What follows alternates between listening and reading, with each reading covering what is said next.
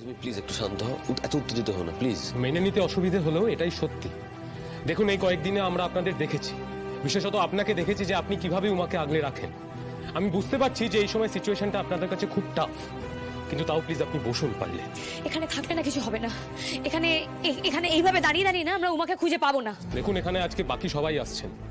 আমার মনে হয় যদি এখানে সবাই সবার সামনে কিডন্যাপিং এর দিনের ঘটনাগুলো আরেকবার বলেন, তাহলে আমরা হয়তো নতুন কোনো ইনফরমেশন পাবো। আদি, আমি বলছি শোনো, এখানে না এইভাবে এভাবে আটকে থাকলে পাবো না আমরা।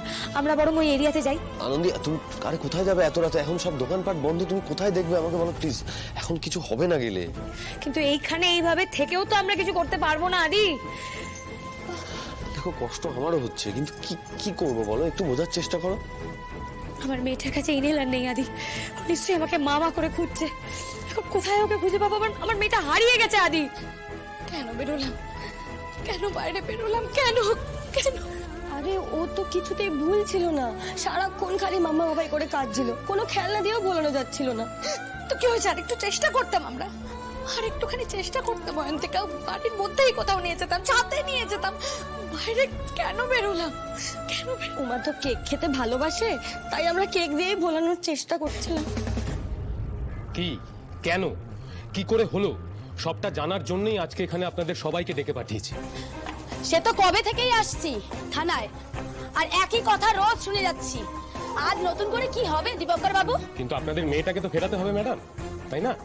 আর সেই জন্যই আপনাকে আজকে ডেকে পাঠিয়েছি। এতদিন আপনি একা একা এসেছেন, আজকে সবাই এখানে আছে, সবার সামনে নিজেদের কথাগুলো বলবেন। প্লিজ একটু বিশ্বাস রাখুন আমার উপর, সবাই একসাথে থাকুন, মাথায় রাখবেন ইউনিটি ইজ পাওয়ার। এটা কি উপদেশ আওড়ানোর সময়? আচ্ছা, আপনারা কিছু এগোতে পারলেন? আমরা এগোতে না পারলেও কিডন্যাপাররা কিন্তু এগিয়ে গেছে। হ্যাঁ, তারা এগিয়ে গেছে। আজ উমাও কিডন্যাপড হয়েছে। পাশের রাজ্য থেকে মিস্টার মিত্তল আর মিসেস মিত্তলও আসছেন। ওনারা রওনা হয়ে গেছেন, কাল সকালে এসে পৌঁছবেন। একসাথে বসে কথা বললে নতুন কোনো লিড বেরোবেই ম্যাডাম, এছাড়া আর কোনো উপায় এখন নেই। উপায় নেই মানে? আমার মেয়েটাকে আর পাবো না? আরে আসুন আসুন আসুন, দাঁড়ান। আপনাদের মেয়েকে ফিরে পাওয়ার জন্যই তো সবাইকে এক জায়গায় রেখেছি আজকে। একটু ভরসা রাখুন প্লিজ।